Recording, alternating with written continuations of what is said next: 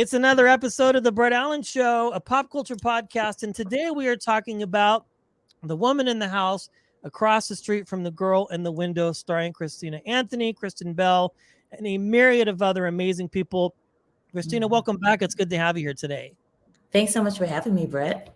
Well, this show is just absolutely amazing. It's funny, it's dramatic, it has all of the things, it's stylized that you would hope in a project like this, but it's also a really good story. So let's jump right in here. Christina, can you let us in a little bit about what it's about and your character, you play a very important role in this series, and sort of what people can expect if they haven't already had the opportunity to watch it?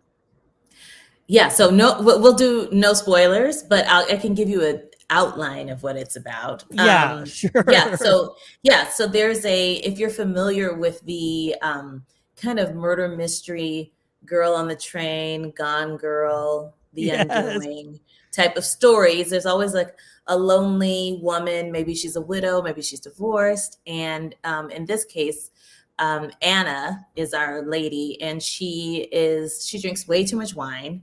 And one night, while she is drinking, looking out the window, being nosy at her neighbors, she sees a girl in the window get murdered, or maybe she didn't. We don't know. We don't You have know to watch to yet. find out. Yes. And so so the girl in the window gets murdered, and Anna is the woman across the street from the girl in the window. And so she calls the police in a frantic panic to tell them to come to see that there was a murder. And I play the lead detective. And when I get there, there's no murder, there's no body, there's no blood, there's nothing. And but what I do find is that she has a bunch of these murder mystery, Girl on the Train, the girl, I think she's reading The Girl on the Cruise, The Woman Across the Lake, all these types of Yeah. books. And she's also been prescribed some pills from her psychiatrist, so she's taking a bunch of those.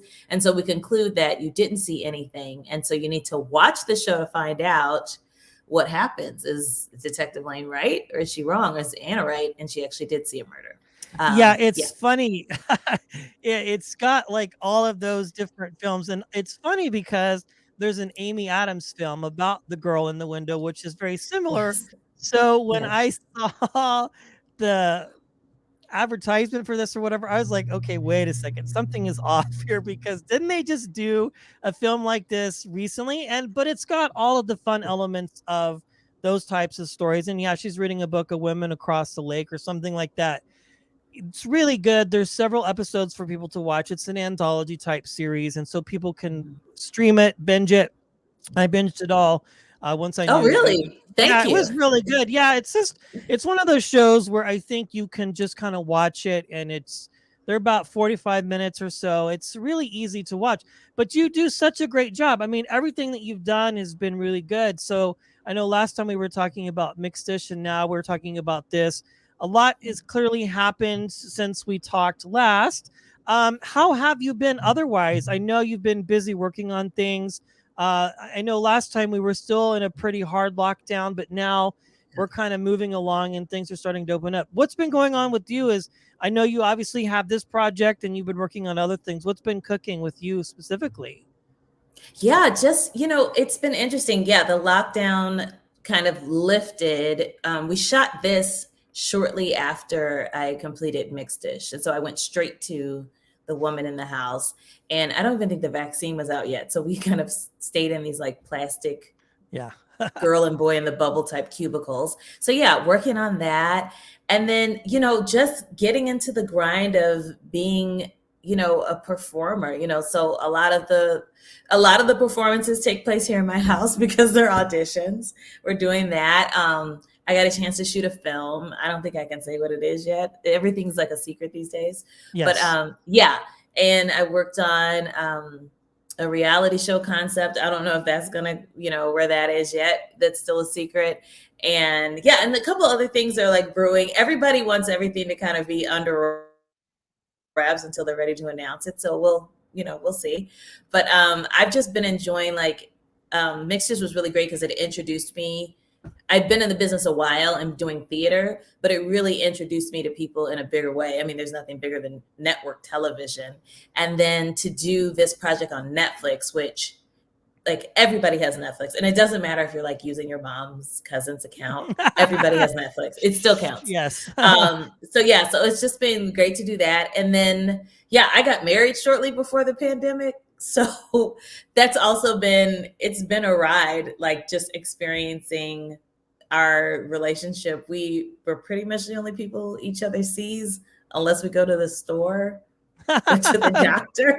Yeah, we were talking about this. We're like, we took a few trips, but it's been interesting, like to have like this entire relationship has been in the pandemic, but it's been great. I'm still Yeah, in it. well, and that's a concept, maybe a show that you could do is what it's like to meet somebody in a pandemic. That happened a lot. Well, it happened for Yeah. me kind of, but then we kind of ended things because we both realized, this was just more of a whatever, but whatever, which is fine. I mean, being a single dad, It's I'm cool okay. with that.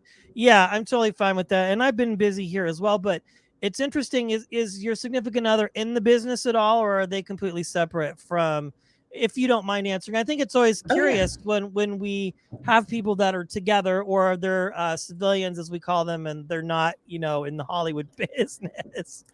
Yeah, I guess he's not a civilian. I mean, he's not an actor, but he is in the business. He's a Okay. writer. Oh, that's cool. Um, yeah, and he's a director, but so I wouldn't call him a civilian, but I think yeah, and he's had a great season. He's working on a show. They just started on season 2 of his project, and it's been we've both been really fortunate, like we both have been grinding for decades in trying to kind of break through in Hollywood, and then it took a pandemic for us to like meet each other, get married, and we both got projects we love to work on. And so yeah, he's a writer's assistant this year. That's Or I think I'm great. not supposed to say that. Don't say that.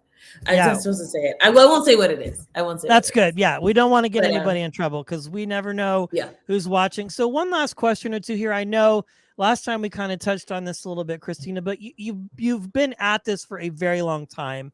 Was there ever a moment or a project that was an earmark for you that kind of made you go, I'm doing this for real. Like, this is my career. This is my moment. I feel like I've sort of made it. Or is it the opposite? And it's always competitive. It's always moving along, and are just you're just happy to be there, so to speak, in these moments, especially with such a successful project like This Woman in the House. I know it just reached #1 on Netflix. It was number 2 or 3, and then it got pushed to 1 because people just love it to death.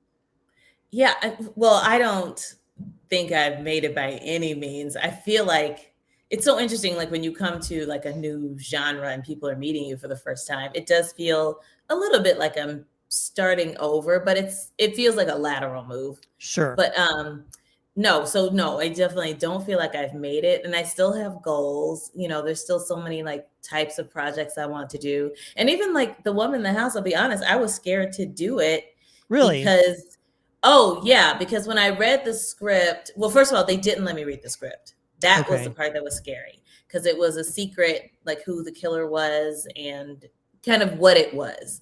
And so I only had the parts that I could only see what I was in, which was not the full picture. I mean, I'm in a lot of the episodes, but it doesn't tell you a lot of what's going on. Yeah. And yeah, so and also I think what I was doing on Mixedest is so different than what I'm Sure. doing in The Woman in the House. And so those two characters, they're just like night and day. One person is clearly, a jokester, and then Detective Lane is she's very pragmatic and she's very serious, even though there's some of the things she says I think are pretty hilarious, the writers wrote. But yeah, it was so different. So I was scared to do it because I wondered, would people think, oh, she's not, is she funny? I don't know. And it was hard because it was a Okay. very serious set. Like when Yeah. we were shooting it, it was like Shakespeare. They were like, please say this word for word. Do not be goofing off. I mean, it was a fun set, but it was not jokes and like a laugh a minute. It was very grave. The set was dark. It was always raining, so that part was intense. But I am excited like to try new things. So Sure. this scared me to do it. And I'm glad that I took the leap to do it and to do something so people could see me differently. So yeah. And you're working with Kristen Bell. Most of your scenes are with her. So Yeah. I don't want to cause any PTSD or victimization. I mean, I imagine it's probably intense because she's Oh, so but it was talented. fun. Yeah, I'm Yeah. sure she's great. I've heard. She's I'm sure she's amazing. amazing. Yeah, yeah, and it is a very dark and ominous thing. Although there But are it's a funny, joke. But it's a yeah, joke. it is. Yeah. Yeah, but you guys are in on it, and I think when you watch this initially and you're kind of getting into it, it's one of those like genre bending type shows where you're like, is this kind of like a Wayans brother type story, or is it Mm. like serious? And that was kind of my initial thought, just by the title. You know how they used to do those movies where they would have Yeah. these really long titles, and it was like kind of funny, haha. It's funny, but it's also very serious. People, you need to check this out. It's available to stream now on Netflix. Christina does a great job. If you haven't watched Mix This, you need to. That's another fantastic show that she was a part of last year, I think it was. But there's just a lot of great work on there. One last question: best advice that you've been given as a performer so far? And by the way, I feel like when you're on things like this, you've made it. That's just my perspective. That's Okay. how I define success. Because I mean, obviously, you're on a national platform, but in any case, that's just one person's opinion. But what's the best advice you've been given as a creative, as a storyteller, that has sustained you so far? The best advice I've been given is save your money when you get it. Yes. Because you don't know when like a dry time is coming. I mean, that's yeah. Save your money when you get it. But artistically, if I had like some advice, if it was more art based, I mean, that's good for any industry, I think, but especially for Yeah. your actors that are out there listening, save your money when you get it.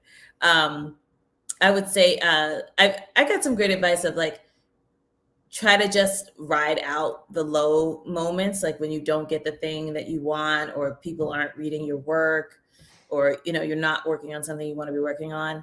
Um, just try to ride out those lows, and as they say, the highs will take care of themselves. You don't need to like focus on that either, but just try to hang in there. Yeah, absolutely. Well, this is a lot of fun. Christina Anthony, it's always a pleasure chatting with you. Thanks for hanging out with us today. I appreciate it. Thank you for having me, Brett. Always fun to come here.